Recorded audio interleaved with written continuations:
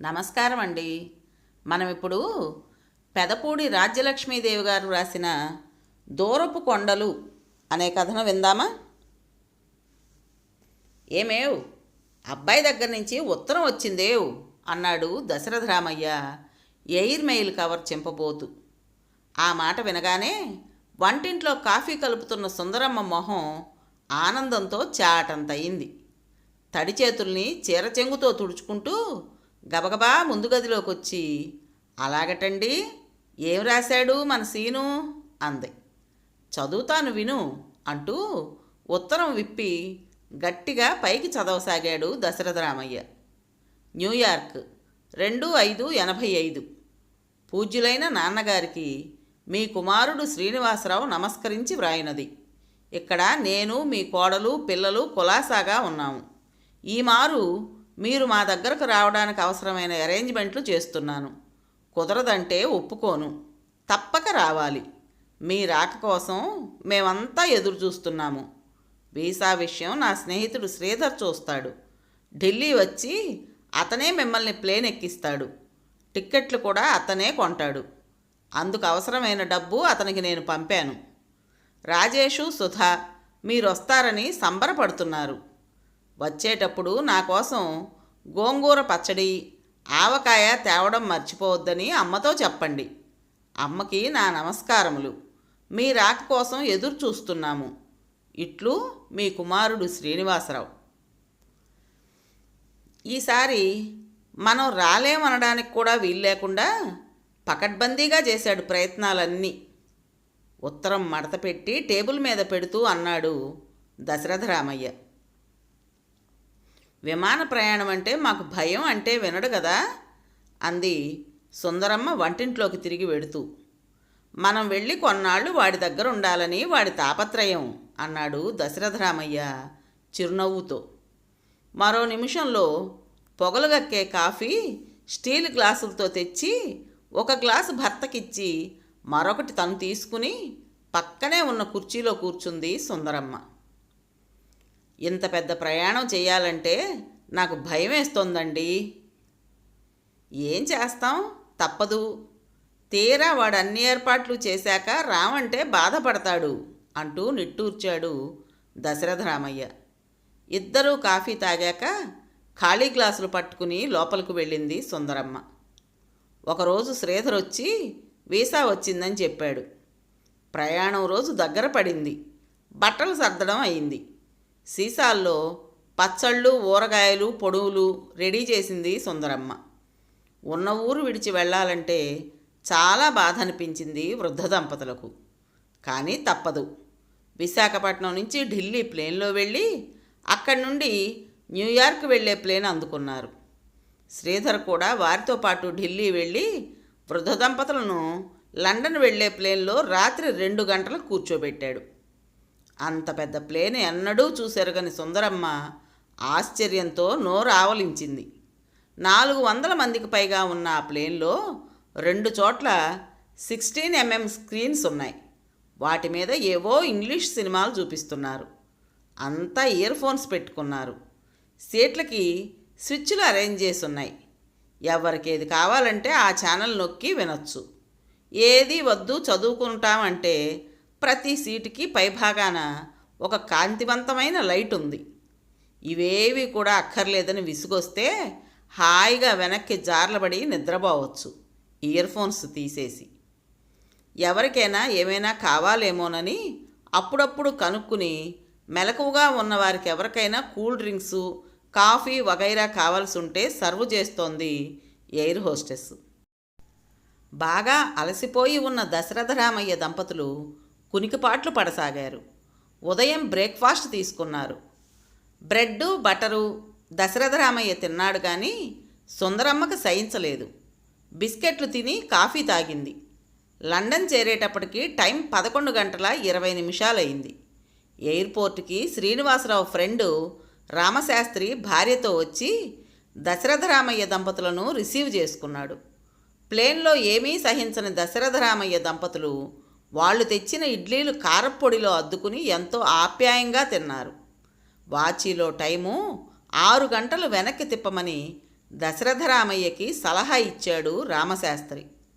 ఆశ్చర్యంగా చూస్తున్న దంపతులను చూసి, ఇప్పుడు మీరు భూగోళానికి యువతల వైపునున్నారు. నిజానికి మీరు 6 గంటలు ఎక్కువ ప్రయాణం చేసినా ఇక్కడ 6 గంటలు వెనక్కి వెడుతుంది.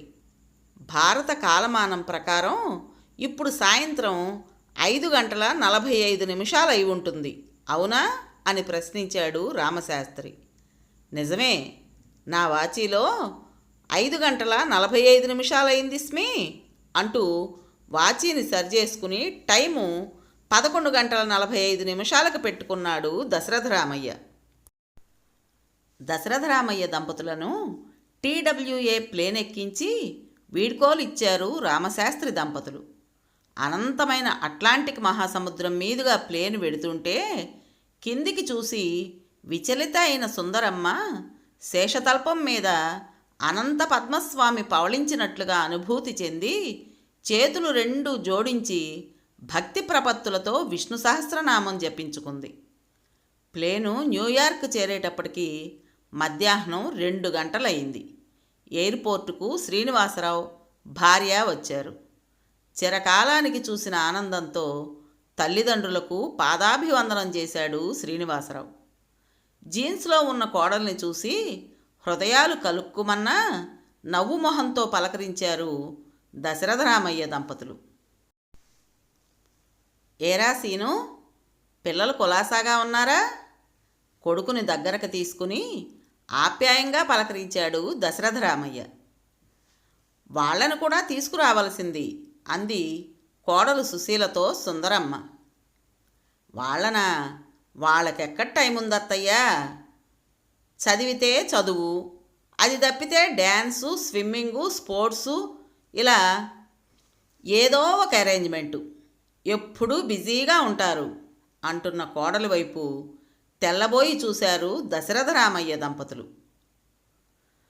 పదండి నాన్నగారు, ఇంటికి వెళదాం సామాను చేతపట్టుకుంటూ అన్నాడు శ్రీనివాసరావు. సామాన్లు కారు డిక్కీలో పడేశారు. ముందు తండ్రి కొడుకులు కూర్చుంటే వెనక అత్తా కోడళ్ళు కూర్చున్నారు. ఇంకా 4గురికి సరిపోయే చోటుంది ఆ పెద్ద కారులో. శ్రీనివాసరావు కారు డ్రైవ్ చేస్తున్నాడు.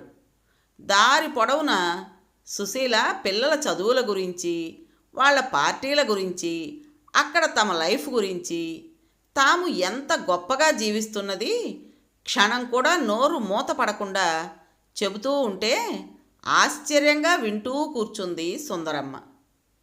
ఒక్కసారిగా గాలిలోకి ఎగిరి మరో లోకంలోకి వచ్చి పడ్డట్టుగా ఉందామెకి.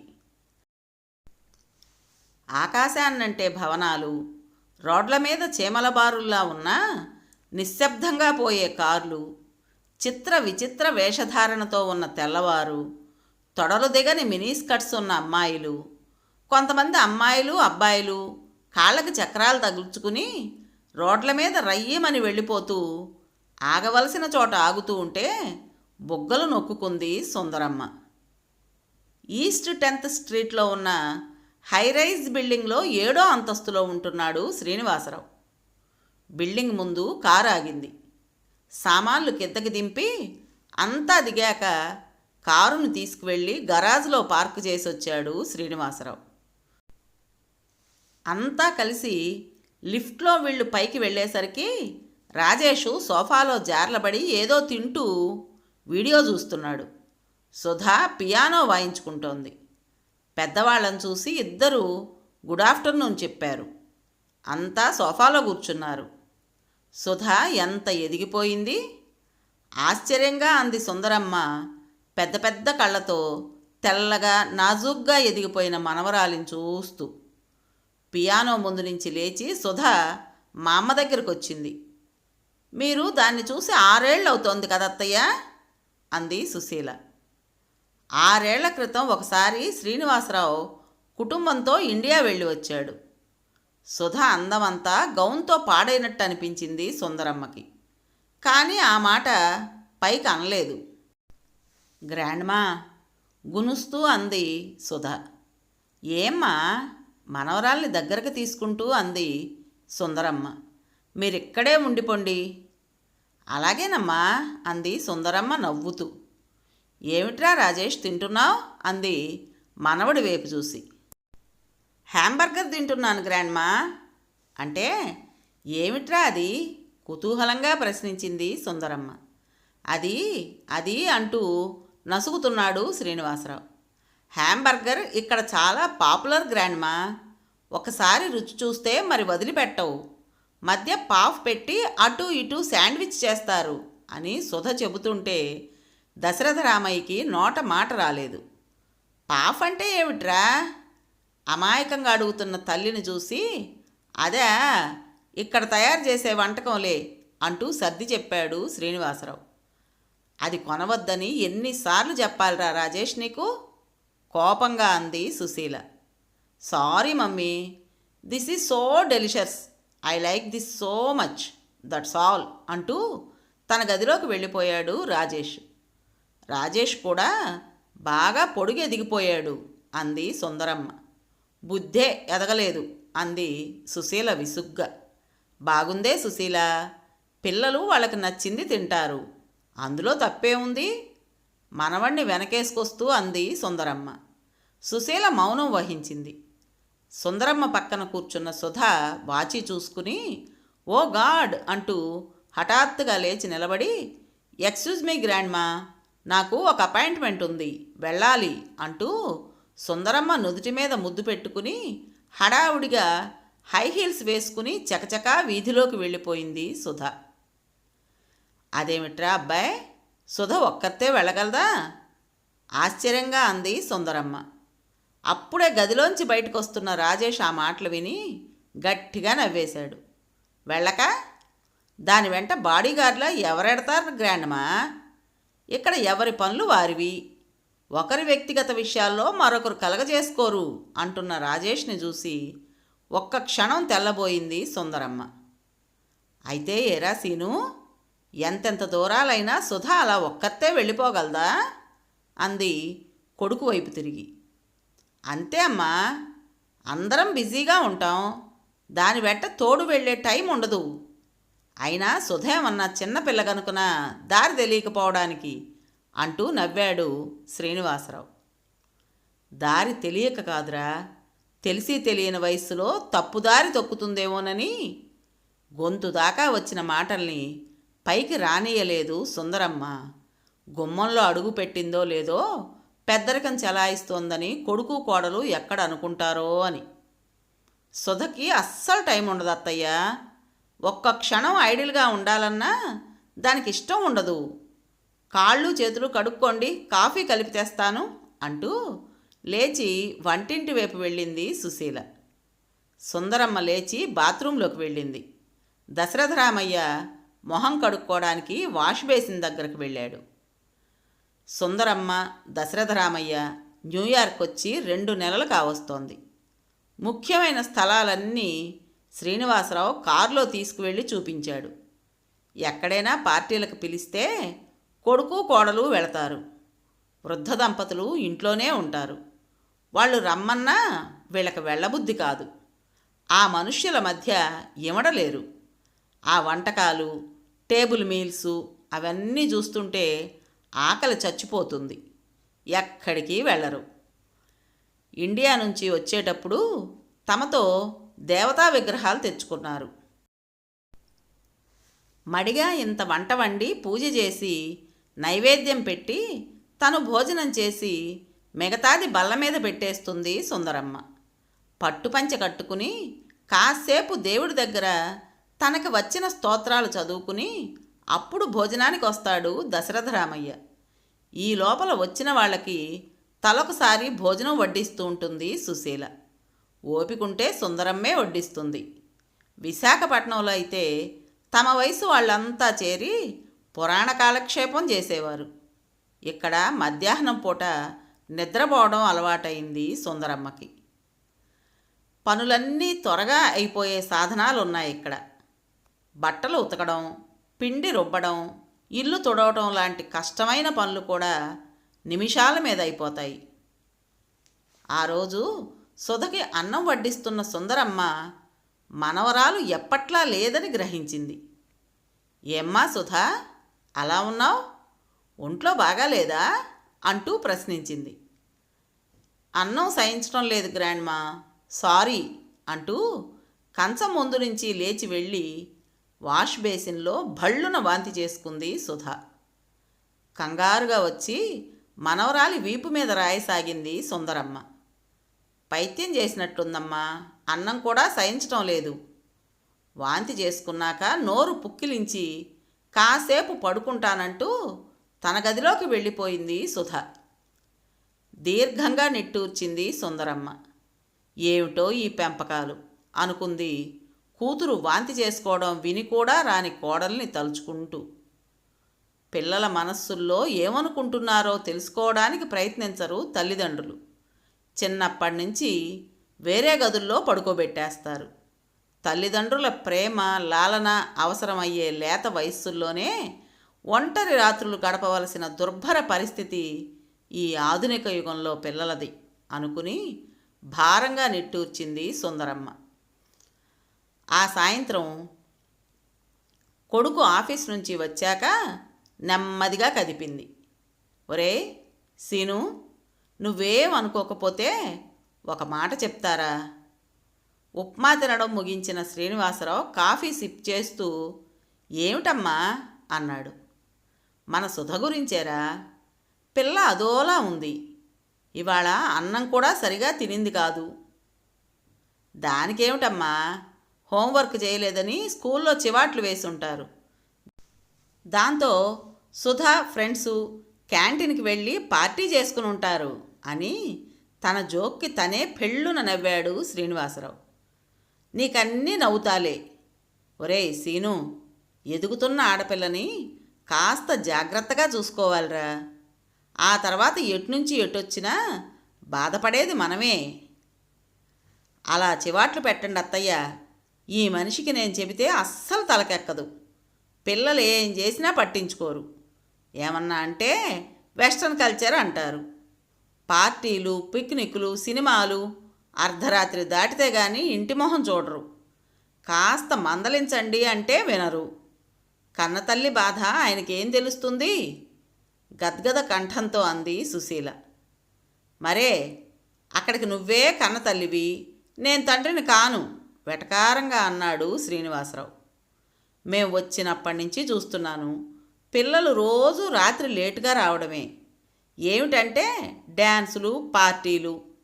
ఈ పిల్లల వరుస నాకేం నచ్చటం లేదురా అబ్బాయి అన్నాడు అక్కడే కూర్చుని పేపర్ చూస్తున్న దశరథరామయ్య. మీకు నేనో విషయం చెప్పాలి అంది సుశీల. మన పొరిగింటి జాను, మేరీ నిన్న స్టాచ్యూ ఆఫ్ లిబర్టీ చూడ్డానికి వెళ్ళారట. అందులో కొత్త ఏముంది? ఎందరో వెళ్తుంటారు ఆ విగ్రహాన్ని చూడటానికి. పూర్తిగా విని మాట్లాడండి. వాళ్ళు వెళ్ళే ఫెర్రీలో మన సుధా, దానితో పాటు ఒక నీగ్రో కుర్రాడు కూడా ఉన్నారట. శ్రీనివాసరావు నొసలు ముడిపడింది. దశరథరామయ్య నమ్మలేనట్టు చూశాడు. సుందరమ్మ దిగ్భ్రాంతురాలైంది. వాళ్ళిద్దరూ ఒకటే కబుర్లట. ఒకరి భుజాల మీద మరొకరు చేతులు వేసుకుని నవ్వుకుంటూ మాట్లాడుకుంటున్నారట, పరిసరాలు కూడా మర్చిపోయి.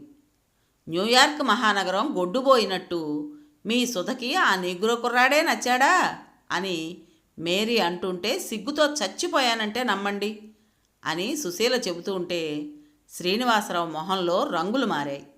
సుధా, సుధా కోపంగా అరిచాడు. జాగ్రత్తగా చెప్పరా సీను, దానికి అసలే ఒంట్లో బాగాలేదు అన్నాడు దశరథరామయ్య. ఏం డాడీ పిలిచారా అంటూ వచ్చింది సుధ గదిలోంచి. వాంతి అవడంతో కాబోలు మొహమంతా పీక్కుపోయి లంకణాలు చేసిన దానిలా ఉంది. ఏమ్మా, నువ్వు నీగ్రో కుర్రాడితో ఫ్రెండ్షిప్ చేస్తున్న విషయం నిజమేనా? నార్మల్గా ఉండడానికి ప్రయత్నిస్తూ అడిగాడు. కొంచెంసేపు తటపటాయించి చివరికి నిజమే డాడీ అని ఒప్పేసుకుంది సుధ. ఎందుకు ఇలాంటి పాపిష్టి పని చేశావే అంది సుశీల కోపంగా. ఎందుకిలా చేశావు సుధా? నేను పడ్డ కష్టాలు నా పిల్లలు పడకూడదనే ఇండియా నుంచి ఇంత దూరం వచ్చాను. మీకు బంగారు భవిష్యత్తుకు బాట వేద్దాం అనుకున్నాను. నోట్లో మాట నోట్లో ఉండగానే మీకు కావలసినవన్నీ అమరుస్తున్నాను. నీకేం తక్కువ చేశానని ఇలాంటి పని చేశావు? ఈ చదువు అయ్యాక మంచి ఇండియన్ కుర్రాడిని చూసి మ్యారేజ్ సెటిల్ చేద్దాం అనుకుంటుంటే ఎవరూ దొరకనట్టు నీగ్రోతో ఫ్రెండ్షిప్ చేస్తావా? అతని ప్రమేయం లేకుండానే శ్రీనివాసరావు కంఠం కఠినంగా మారిపోయింది. డాడీ, నేను జార్జిని ప్రేమిస్తున్నాను. చేసుకుంటే అతన్నే మ్యారేజ్ చేసుకుంటాను. మన హిందూ మతం అన్నా మన కల్చర్ అన్నా అతడికి ఎంతో ఇష్టం. నిర్భీతిగా మాట్లాడుతున్న సుధని చూసి నిశ్చేష్టులైపోయారంతా. నేను అంటూనే వచ్చాను, ఆడపిల్లకి అంత స్వేచ్ఛ ఇవ్వకూడదండి అని. పరాయి దేశం వచ్చినా మన హద్దుల్లో మనం ఉండాలనంటే నా మాట విన్నారా? ఇప్పుడు చూడండి ఏమంటోందో అంటూ ఓ విసురు విసిరింది సుశీల. సుందరమ్మ మాటలు మర్చిపోయిన దానిలా కూర్చుండిపోయింది. తల్లి సుధా, నీకిప్పుడు వయస్సు ఎంత? మనవరాల్ని ప్రశ్నించాడు దశరథరామయ్య. మొన్నీ మధ్య 15 వెళ్ళింది మామగారు, కన్నీళ్లు తుడుచుకుంటూ అంది సుశీల. 16 ఏళ్ల ఆడపిల్లకి రావలసిన ఆలోచనలు కావమ్మా సుధావి. పాశ్చాత్య నాగరికత వల్ల మీలో వస్తున్న మార్పులు కానీ నీకు ఆ అబ్బాయికి మధ్య ఉన్న అనుబంధం, అన్న మీద చెల్లెలకు ఉండే అభిమానం, లేత వయస్సుల్లో ఒకరి మీద ఒకరికి ఏర్పడ్డ స్నేహానికి ప్రేమ అని పేరు పెట్టి తుచ్చ కామంతో కలుషితం చేయకూడదు తల్లి, అనునయంగా అన్నాడు దశరథరామయ్య. దెబ్బతిన్నట్లుగా చూసింది సుధ. కాదు గ్రాండ్ఫా, మాది అన్నా చెల్లెళ్ళ అనుబంధం కాదు. మేమిద్దరం పెళ్లి చేసుకుందాం అనుకుంటున్నాం. ఎంత ధైర్యమే నీకు? గొంతు చించుకుని అరిచింది సుశీల. ఆ అబ్బాయి ఏం చేస్తున్నాడు? ప్రశ్నించాడు దశరథరామయ్య. నాకు 1 సంవత్సరం సీనియర్. ఇప్పుడు పెళ్లి చేసుకుంటే ఎలా బ్రతకాలనుకుంటున్నారు? ఎలాగోలా బ్రతకలేకపోం గ్రాండ్ఫా. ఈ పెళ్లి జరిగితే నీకు ఇంట్లో స్థానం లేదు, కోపంతో ఉగ్రుడయ్యాడు శ్రీనివాసరావు. తండ్రి మాటలకు వెంటనే రియాక్ట్ అయింది సుధ. పెద్దలు వద్దనేసరికి మనసు చంపుకుని మరొకడి చేత మెళ్ళో తాళి కట్టించుకుందుకు నేనేం భారతదేశంలో పెరగలేదు డాడీ, అమెరికన్ అమ్మాయిలా పెరిగాను. అలాగే ఆలోచిస్తాను. నాకు ఆత్మవిశ్వాసం ఉంది. ఎలాగో అలా బ్రతకలేకపోము. నా మాట విని ఆ నీగ్రో కుర్రాడి స్నేహం మానవే, ఏ ఇండియన్ కుర్రాడితోనో ఫ్రెండ్షిప్ చెయ్యి అంది సుశీల. సుధ మారు మాట్లాడకుండా తన గదిలోకి వెళ్ళిపోయింది. ముఖ్యమైన సామాన్లు సర్దుకుని పెట్టె చేత పట్టుకుని వచ్చింది. మీ మాట ప్రకారమే నేను వెళ్ళిపోతున్నాను. ఎక్కడికి? తెల్లబోతూ అన్నాడు శ్రీనివాసరావు. జార్జి దగ్గరికి, స్థిరంగా సమాధానం చెప్పింది సుధ. నీకేమన్నా బుద్ధి ఉందా లేదా? అమెరికన్లు కూడా హీనంగా చూసే నీగ్రోని పెళ్లి చేసుకుంటానంటావా? మైనారిటీ తీరం నిన్ను ఎత్తుకెళ్ళాడని వాడి మీద కేసు పెడతాను కోపంగా అన్నాడు శ్రీనివాసరావు. మీ అమ్మాయి క్షేమం కోరేవారైతే ఆ పని చేయకండి. జార్జి రూపం నాలో పెరుగుతోంది. మమ్మల్ని విడదీయాలని చూడకండి. By by. పెట్టె చేతబట్టుకుని అపార్ట్మెంట్ తలుపు తెరుచుకుని వెళ్ళిపోయింది సుధ. అమ్మాయి అలా వెళ్ళిపోతుంటే ఆపరేమండి, ఏడుస్తూ అంది సుశీల. మన లెక్కలేనట్టుగా అంత పొగరుగా వెళ్ళిపోతుంటే ఏమనను? నాకేనా అంత పౌరుషం లేనిది అంటూ పేపర్ మొహానికి చాటు చేసుకున్నాడు శ్రీనివాసరావు. జరిగిన సంఘటనతో వృద్ధ దంపతులు కృంగిపోయారు. ఇంట్లో శ్మశాన నిశ్శబ్దం ఆవరించుకుంది. ఆ రోజు రాత్రి రాజేష్ లేటుగా వచ్చాడు. దగ్గరకొస్తే విస్కీ వాసన గుప్పుమంటోంది. ఎరా రాజేష్, తాగొచ్చావా అంది సుందరమ్మ బాధగా. సుధ చూడరా ఎంత పని చేసిందో. నీగ్రో కుర్రాడిని పెళ్లి చేసుకుంటానని వెళ్ళిపోయింది. మంచి పని చేసింది. నచ్చిన వాడిని చేసుకోవడంలో తప్పులేదు గ్రాండ్మా. ముద్దగా వస్తున్నాయి మాటలు. మంచి పని చేసిందా? ఏం మాటలురా రాజేష్? నువ్వు కూడా ఏ నీగ్రో పిల్లనో కట్టుకుంటానంటావా ఏమిటి అంది సుందరమ్మ గద్గద కంఠంతో. అంత నేస్టీ పని చెయ్యను గ్రాండ్మా. ఈవేళ పార్టీలో రోజ్లిన్ నాతో డ్యాన్స్ చేసింది. She is marvellous. అంత అందం ఎప్పుడూ చూడలేదు అంటూ గదిలోకి పోయి బూట్లైనా విప్పుకోకుండా మంచం మీద అడ్డంగా పడిపోయాడు. సుందరమ్మ కంగారుగా సుశీల దగ్గరికి వెళ్ళింది. మంచం మీద పడుకుని కునికిపాట్లు పడుతున్న కోడల్ని లేపి, సుశీల, సుశీల, ఈ ఇంటికేదో శని పట్టబోతోందే, సుధకు పట్టిన దయ్యమే రాజేషుకు కూడా పట్టబోతోందే అంది కన్నీళ్లతో. అత్తయ్య, మీ అబ్బాయి పిల్లలకి స్వేచ్ఛ ఇచ్చారు, అందుకే వాళ్ళు అలా తయారయ్యారు. ఆడవాళ్ళం మనమేం చేస్తాం చెప్పండి, బాధపడటం తప్పించి గద్గద కంఠంతో అంది సుశీల. సుధ ఎందుకు ఇలా ప్రవర్తించింది? అసలు సుధకి ఇంత ధైర్యం ఎలా వచ్చింది? పెంపకంలో దోషమా లేక పాశ్చాత్య నాగరికత ప్రభావమా అన్న ప్రశ్నలు ఆ వృద్ధ దంపతులను వేధించసాగాయి. అమెరికాలో పెరగబట్టి సుధ ఇలా ప్రవర్తించింది. ఇదే భారతదేశంలో అయితే ఆడపిల్ల ఎప్పుడూ తనంత తాను ధైర్యం చెయ్యలేదు, తల్లిదండ్రుల నిర్ణయానికి కట్టుబడి ఉంటుంది అని సుందరమ్మ దశరథరామయ్యల నమ్మకం. సుధ ఇంట్లోంచి వెళ్ళిపోయాక వృద్ధ దంపతులు మెంటల్గా షాక్ అయ్యారు. శ్రీనివాసరావు సంగతి చెప్పనక్కర్లేదు. పైకి గంభీరంగా ఉంటున్నాడే గాని నలుగురు అనే మాటలు అతన్ని కృంగదీస్తున్నాయి. ఒకనాడు శ్రీనివాసరావు ఇంటికి అతని స్నేహితుడు రామ్మూర్తి వచ్చాడు ఫ్యామిలీతో. అతనికి ఒక్కతే కూతురు రజని అని. కాఫీ పలహారాలు అయ్యాక మాటల సందర్భంలో తాము వచ్చే నెల ఇండియా వెడుతున్నామని, రజనికి సంబంధం స్థిరపడిందని చెప్పారు రామ్మూర్తి దంపతులు. ఆశ్చర్యపోయారు శ్రీనివాసరావు భార్య. అలాగా, చాలా సంతోషం. ఇంతకీ వరుడు ఏం చేస్తున్నాడు అని ప్రశ్నించాడు శ్రీనివాసరావు. ఢిల్లీలో స్టేట్ బ్యాంక్ ఆఫీసర్గా చేస్తున్నాడు. ఈ సంబంధం మా బామ్మర్ది ద్వారా కుదిరింది. అమ్మాయి ఫోటో చూసి ఇష్టపడ్డారు. కేవలం ఫోటో చూసి ఇష్టపడ్డారా? ఆశ్చర్యపోతూ అంది సుశీల. మరి వధూవరులు చూసుకోనక్కర్లేదా? వేల మైళ్ళ దూరంలో ఉంటే అవన్నీ ఎలా కుదురుతాయమ్మా అన్నాడు రామ్మూర్తి. వాళ్ళది మంచి కుటుంబం, పిల్లవాడు బుద్ధిమంతుడని మా బావమరిది రాశాడు. డౌరీ ఏమన్నా ఉందేమిటి ప్రశ్నించాడు శ్రీనివాసరావు. మాకు ఒక్కతే అమ్మాయి కదా, మా తర్వాత అంతా దానిదే. ప్రస్తుతానికి లోపాయికారిగా 5 లక్షలు అల్లుడికి ఇస్తున్నాను. 5 లక్షల కట్నమా? ఆశ్చర్యంగా అన్నాడు శ్రీనివాసరావు. కట్నం కాదు, బహుమతి నవ్వుతూ సరిదిద్దాడు రామ్మూర్తి. పెద్దవాళ్ళు మాట్లాడుకుంటున్నంతసేపు వాళ్ళమ్మాయి రజని మౌనంగా టీవీ చూస్తూ కూర్చుంది. వెళ్లే ముందు మీరేమనుకోనంటే నాదో మాట శ్రీనివాసరావు గారు, మీరు చాలా పొరపాటు చేశారండి. అమ్మాయిని అలా వదిలేయకుండా ఉండవలసింది. నయానో భయానో సుధకి నచ్చజెప్పి నీగ్రో కుర్రాడితో లింకు తెగ్గొట్టి మన వాళ్ళ పిల్లాడిని ఎవరినైనా చూసి 3 ముళ్ళు వేయించేయవలసింది. ఇద్దరికీ ఇంకా చదువులైనా పూర్తవలేదు. జాతికాని వాడితో సుధ ఏం బాధలు పడుతుందో ఏమో. పిల్లలు ఎగరేసిన గాలిపటాల్లాంటివారు. వాళ్ళకి కొంచెం స్వేచ్ఛ ఇచ్చినా మన మాట జవదాటకుండా చూసుకోవాలి. గాలిపటాలను ఎగరేసేటప్పుడు చెట్ల కొమ్మల్లో చిక్కుపడకుండా, ముళ్ళ కంపల్లో ఇరుక్కోకుండా ఎంత జాగ్రత్తగా చూసుకుంటామో అని రామ్మూర్తి అంటూ ఉంటే దుఃఖం ఆపుకోలేని సుశీల చటుక్కున లేచి లోపలికి వెళ్ళిపోయింది. మీకు బాధ కలిగించినట్లున్నాను, క్షమించండి అన్నాడు రామ్మూర్తి. మీరు చెప్పింది కరెక్టే రామ్మూర్తి గారు. సుధా అలా వెళ్ళిపోతుంటే ఆపాలను కూడా తోచలేదు మాకు.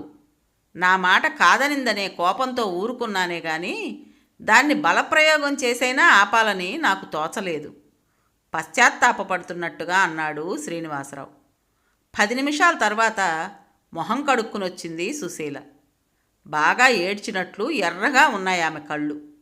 మిమ్మల్ని బాధ పెట్టాం, వెరీ సారీ అని క్షమాపణలు చెప్పుకుని కాసేపు కూర్చుని వెళ్ళిపోయారు రామ్మూర్తి కుటుంబం.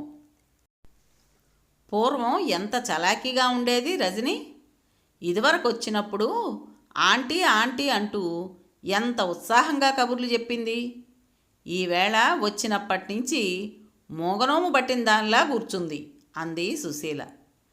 ఏమైనా రామ్మూర్తి చాలా తెలివైనవాడు. రజని అమెరికన్ కుర్రాడితో డేటింగ్కి వెళ్ళి కడుపు తెచ్చుకుంటే గప్చుప్గా అబార్షన్ చేయించాడు. ఇప్పుడు 5 లక్షల కట్నంతో ఇండియన్ అల్లుణ్ణి కొనుక్కుంటున్నాడు. కట్నం మీది ఆశతో పిల్లని చూడనైనా చూడకుండా పెళ్లికి ఒప్పుకుంటున్నాడు అతగాడు వెటకారంగా అన్నాడు శ్రీనివాసరావు. అంతా మనలాగే ఉంటారా? అక్కసుగా అంది సుశీల. ఇంత డబ్బు సంపాదించారు, ఎందుకు, ఏం చేసుకోవాలని? సుధా అలా నీగ్రో కుర్రాడితో పోయింది. మరోవైపు రాజేషు అమెరికన్ పిల్లతో స్నేహం చేస్తున్నాడు. పరాయి దేశం వచ్చి మన సంస్కృతిని మర్చిపోతే ఇదిగో ఇలాంటి ఉత్పాతాలే సంభవిస్తాయి. సరైన మార్గాన లేకపోయాక ఎంత గొప్ప స్థితికి వస్తేనేమిటి, ఎంత డబ్బు సంపాదిస్తేనేమిటి? భార్య మాటలు చెవుల్లో గింగురుమంటుంటే ఆ రాత్రి శ్రీనివాసరావుకి నిద్రమాత్రలు మామూలు కన్నా ఎక్కువ మోతాదు అవసరమయ్యాయి. ఏల వడవైచితే మిన్నులు వడ్డ చోట పాదలేపనం కరిగిపోగా కాశీప్రయాగ వంటి పుణ్యక్షేత్రాలెన్నో ఉండగా ఈ హిమన్నగ సానువులకు రావాలనే బుద్ధి ఎందుకు పుట్టాలి నాకు? బుద్ధిజాడ్య జనితోన్మాదులు కదా శ్రోత్రియుల్ అని విచారిస్తున్న ప్రవరాఖ్యుళ్లా ఉంది నా పరిస్థితి. ఉన్నదానితో తృప్తిపడి జన్మభూమిలోనే ఉండక ఏం బావుకుందామని వచ్చాను ఈ పశ్చిమార్ధగోళానికి? అసలు ఎందుకు వచ్చాను? భారతదేశంలోనే ఉండుంటే ఎంత బాగుండేది. ఇలాంటి సమస్యలుండేవి కావు కదా. నిద్రమాత్రల ప్రభావానికి కళ్ళు మూతలు పడుతూ ఉంటే మనస్సు ఆలోచిస్తోంది. ఇంట్లో అందరికీ రోజులు భారంగా గడుస్తున్నాయి. రాజేష్కు మాత్రం కాదు. అతని ఈ మధ్య చాలా ఉల్లాసంగా ఉంటున్నాడు. ఇంట్లో ఉన్నంతసేపు టేప్ రికార్డరు లేదా రేడియోగ్రామ్ అలా మోగుతూనే ఉంటాయి. ఏ పని చేస్తున్నా అతడు ఏదో వెస్ట్రన్ ట్యూన్ హమ్ చేస్తూనే ఉంటాడు. ఇక వీధిలోకి వెళితే ఇయర్ ఫోన్స్ ఎప్పుడూ చెవులను అంటిపెట్టుకునే ఉంటాయి. మాట్లాడినప్పుడు కూడా డిస్కో చేస్తున్నట్టు కాళ్ళు చేతులు ఊపుతూనే ఉంటాడు. రాజేష్కు బుద్ధి చెప్పాలని, మంచి మార్గాన పెట్టాలని ప్రయత్నించారు దశరథ రామయ్య దంపతులు. కానీ లాభం లేకపోయింది. చలికాలం ప్రవేశించింది. Hudson river గడ్డగట్టుకుపోయింది. రివర్ మీద ఒకనాడు స్కేటింగ్కి వెళ్ళిన శ్రీనివాసరావు అప్పటికే అక్కడ స్కేటింగ్ చేస్తున్న కొడుకుని, అతనితో పాటు ఉన్న అమెరికన్ అమ్మాయిని చూశాడు. అంతులేని ఆనందంతో నవ్వుతూ తుళ్ళుతూ జీవితానందానికి ప్రతినిధుల్లా ఉన్న ఆ యువ జంటని చూసి హృదయంలో ముళ్ళు దిగబడినట్లయిన శ్రీనివాసరావు గిరుక్కున వెనుదిరిగి వెళ్ళిపోయాడు. ఆ రాత్రి తండ్రికి కొడుక్కి మధ్య పెద్ద గొడవైంది. అసలే కూతురు చేసిన గాయంతో కుతకుతలాడుతున్న శ్రీనివాసరావు కొడుకు అమెరికన్ అమ్మాయితో ఫ్రెండ్షిప్ చేయడం చూసి అగ్గి మీద గుగ్గిలమైపోయాడు. ఆ పిల్లకి నీకు ఏమిటి సంబంధం? నిజం చెప్పు, ఉత్త స్నేహమేనా లేక అంటూ నిలదీశాడు కొడుకుని. ఉత్త స్నేహం కాదు డాడీ, మాది గట్టి స్నేహమే, కానీ ఇనుము మాత్రం కాదు. మా స్నేహంలో స్వీట్ ఫ్రాగ్రెన్స్ మిళితమై ఉంది డాడీ. ఈ అనుభూతి కొత్తది, ఇదివరకెన్నడూ అనుభవానికి రానిది. రోజులింతో స్నేహం నా జీవితానికి కొత్త అర్థాలు చెబుతోంది, కొత్త విలువలను ఆపాదిస్తోంది. రోజులిన్ నా కోసమే పుట్టిందనిపిస్తోంది. Really daddy, I love her. Really with my whole heart I am loving her. Without Roslin I cannot live. మాట పూర్తయిందో లేదో రాజేష్ చెంప చెళ్ళుమంది. చెంప చేత్తో పట్టుకుని తండ్రి వైపు కన్నీళ్లతో చూశాడు రాజేష్. ఇడియట్, మన సంస్కృతి ఏమిటి, మన సంప్రదాయం ఏమిటి? విదేశంలో ఉన్నంత మాత్రాన పులిని చూసి నక్క వాత పెట్టుకున్నట్టు ప్రవర్తిస్తావా? మన మతాన్ని మరిచి ఆ క్రిస్టియన్ పిల్లతో స్నేహం చేస్తావా? గుడ్లు ఎర్ర చేసి కోపంతో ఉరిమాడు శ్రీనివాసరావు. చేస్తే తప్పేమిటి డాడీ? అందరిలోనూ ప్రవహించేది ఒకటే రక్తమైనప్పుడు భాషలు వేరైనంత మాత్రాన వాళ్ళు మాత్రం మనుషులు కారా? వాళ్ళల్లో ప్రవహించేది రక్తం కాదా? మానవులంతా ఒకటే కాదా? రోజ్లిన్ ఎంత స్వీట్ గర్ల్, నువ్వు ఒక్కసారి మాట్లాడితే తెలుస్తుంది, ఉక్రోషంతో అన్నాడు రాజేష్. యూ రాస్కెల్, మళ్ళీ అదే మాట. ఏ, సుధ నీగ్రో కుర్రాడితో వెళ్ళిపోతే లేని తప్పు నేను అమెరికన్ అమ్మాయిని చేసుకుంటానంటే వచ్చిందా? ఇంత చదువు చదివి విదేశాలొచ్చి ఏం లాభం డాడీ? మానవులంతా ఒక్కటే అన్న ఇంగిత జ్ఞానం మీలో లేకపోయాక. నా రోజులిన్ కళ్ళల్లో నాకు డివైన్ లవ్ కనిపిస్తుంది. మిమ్మల్ని అందరినైనా వదులుకుందుకు సిద్ధపడతాను, కానీ రోజులేని లేనిది బ్రతకలేను. చిన్నపిల్లైనా సుధ నాకు దారి చూపించింది. మానవత్వం కరువైన ఈ ఇంట్లో మరొక్క క్షణం కూడా ఉండను అంటూ తన గదిలోకి వెళ్ళి పెట్టె సర్దుకుంటున్న రాజేష్ని తల్లి మామ్మ బ్రతిమాలసాగారు. దశరథరామయ్య కూడా వెళ్ళి మనవడికి సర్ది చెప్పడానికి ఎంతో ప్రయత్నించారు. కానీ లాభం లేకపోయింది. రాజేష్ ఎవరి మాట వినలేదు. చిన్నప్పటి నుంచి నేను ఒక అమెరికన్ బాయ్లా పెరిగానే కానీ ఇండియన్ బాయ్లా పెరగలేదు. చిన్నప్పటి నుంచి సెల్ఫ్ రెస్పెక్ట్తో పెరిగిన నన్ను ఈవేళ డాడీ చెంపదెబ్బ కొట్టి అవమానించారు. నాకు అవమానం జరిగిన ఇంట్లో మరొక క్షణం కూడా ఉండలేను. Forgive me mummy, forgive me grandpa, forgive grandma అంటూ పెట్టె పట్టుకుని చర్చరా ఇంట్లోంచి బయటికి వెళ్ళిపోయాడు రాజేష్. తల కొట్టుకుంటూ ఏడవసాగింది సుశీల. కాళ్లల్లోని సత్తువంతా ఎవరో లాగేసినట్టు కూలబడిపోయి గుండె చేత్తో పట్టుకుని మూలగసాగాడు దశరథరామయ్య. భర్త పరిస్థితి చూసి బేజారెత్తిన సుందరమ్మ తల మొత్తుకుంటూ విలపించసాగింది. నాన్నగారిని వెంటనే హాస్పిటల్కి తీసుకువెళ్ళాలి అంటూ తండ్రి దగ్గరకు వచ్చాడు శ్రీనివాసరావు. బాధతో మెలికలు తిరుగుతున్న దశరథరామయ్యని భార్యాభర్తలిద్దరూ చెరోవైపు పట్టుకుని ఎలాగో అతి కష్టం మీద నడిపించుకు వెళ్ళి కారులో పడుకోబెట్టారు.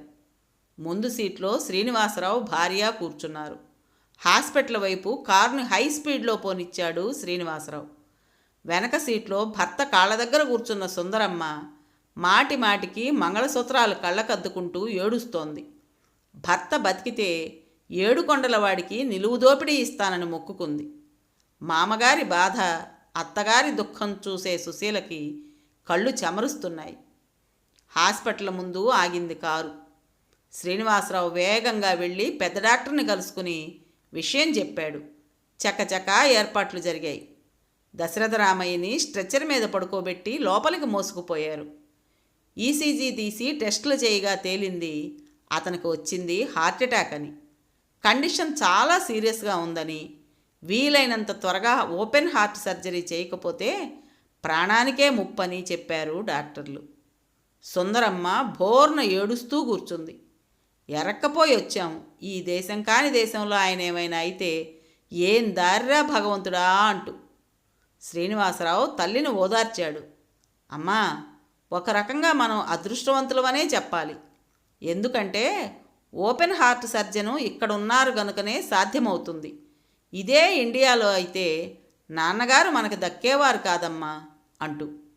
దశరథరామయ్యని హాస్పిటల్లో అడ్మిట్ చేసుకున్నారు. ఓపెన్ హార్ట్ సర్జరీ జరిగింది. డబ్బు నీళ్లలా ఖర్చయింది. వేలకి వేలు అయ్యాయి. అయితేనే దశరథరామయ్య ప్రాణం రక్షించబడింది.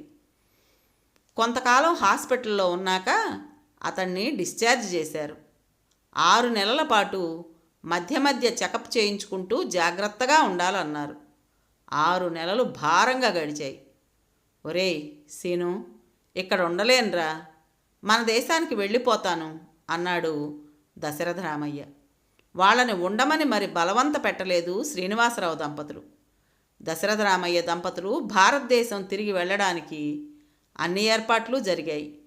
ఆ రోజే వారి ప్రయాణం. సామాన్లు సర్దడం పూర్తయింది. అంతకు ముందు రోజు రాత్రల్లా నిద్రలేనట్టు, ఏడ్చినట్టు ఎర్రగా అయి ఉబ్బున్నాయి శ్రీనివాసరావు దంపతుల కళ్ళు. ఏరా సీను, మేం వెళ్ళిపోతున్నామని బెంగపెట్టుకున్నారా? ఎందుకర్రా ఈ దేశం కాని దేశంలో సంపాదించుకున్నది చాలు గాని మన దేశం వచ్చేయండిరా. జన్మభూమిని మించింది ప్రపంచంలో లేదురా. పొలం మీద వచ్చే గింజలు తిండికి సరిపోతాయి.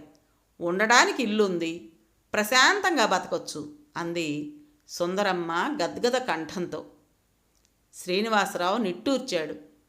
అమ్మా, నువ్వు పెట్టే తర్వాణి అన్నంలో ఆవకాయ నంచుకు తింటూ ఏ చీకు చింత లేకుండా ఉండే ఆ చిన్ననాటి రోజులు మళ్ళీ వస్తే ఎంత బాగుండును అనిపిస్తుందమ్మా. కానీ రావు. గతం ఎప్పుడూ గతమే. అదొక అందమైన కలలా మిగిలిపోతుంది. భవిష్యత్తు అంతా భయంగానూ అంధకారంగానూ కనిపిస్తోంది. మెటీరియల్గా ఏదో బాగుపడిపోవాలనే తాపత్రయంతో ఇక్కడికి వచ్చి 2 చేతుల డబ్బు సంపాదించాను కానీ మనశ్శాంతి మాత్రం దూరం అయిపోయింది. ఎక్కడైతే ధనం పుష్కలంగా ఉంటుందో అక్కడ భగవంతుడు ఉండలేడనే సూక్తి ఎంత సత్యం నాన్నగారు. ఒరేయ్, నేను అడిగిన దానికి సమాధానం చెప్పకుండా తప్పించుకుంటున్నావు అంది సుందరమ్మ. అలాగేనమ్మా, కొంతకాలం పోయాక వస్తాం అన్నాడు శ్రీనివాసరావు. ఒరేయ్ సీను, ఒక మాట చెప్తాను, శ్రద్ధగా విను. మా తరం ఎలాగూ అయిపోయింది. మీ తరం వాళ్ళైనా మారే కాలంతో పాటు మారక తప్పదురా. మనస్సుని సమాధానపరుచుకుని సుధని రాజేష్ని దగ్గరికి తీసుకోరా. నువ్వు పెద్దవాడివయ్యాక నీకు చెప్పవలసిన వాణ్ణి కాను. పంతాలకు పట్టింపులకు పోయి ఉన్న ఇద్దరు పిల్లల్ని దూరం చేసుకోకు అంటూ కొడుక్కి హితబోధ చేశాడు దశరథరామయ్య.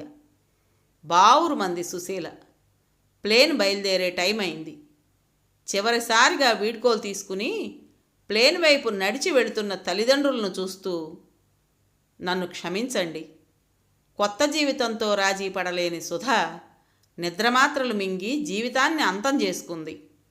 మాటల్లో ఉన్నంత ధైర్యం మనస్సులో లేక హార్ట్ ఆపరేషన్ అయ్యి అసలే బలహీనంగా ఉన్న మీకు అమ్మకు ఈ దుర్వార్త చెప్పి మరింత బాధకి గురిచేయలేక ఈ చేదు నిజాన్ని నా గుండెల్లోనే సమాధి చేశాను. క్షమించండి నాన్నగారు, నన్ను క్షమించండి అంటూ కన్నీళ్లతో గొణుక్కున్నాడు శ్రీనివాసరావు. కథ పేరు దూరపు కొండలు. రచించిన వారు పెదపూడి రాజ్యలక్ష్మీదేవి గారు. విన్నారు కదండి. మరి ఈ కథ మీకు నచ్చిందా? నచ్చినట్టయితే లైక్ చేసి మరో నలుగురికి షేర్ చేయండి. అలాగే ఈ కథ పైన మీ విలువైన అభిప్రాయాన్ని కామెంట్ బాక్స్లో తప్పకుండా తెలియజేస్తారు కదా. మరి ఇంత మంచి కథను మనకు అందించిన రచయిత్రి గారికి మనస్ఫూర్తిగా మనందరి తరపున ధన్యవాదాలు తెలియజేసుకుంటూ, ఇటువంటి మంచి మంచి కథల కోసం మన ఛానల్ని తప్పకుండా సబ్స్క్రైబ్ చేసుకోండి. రేపు మరో మంచి కథతో మీ ముందుకు వస్తాను. అప్పటి వరకు ఉంటానండి.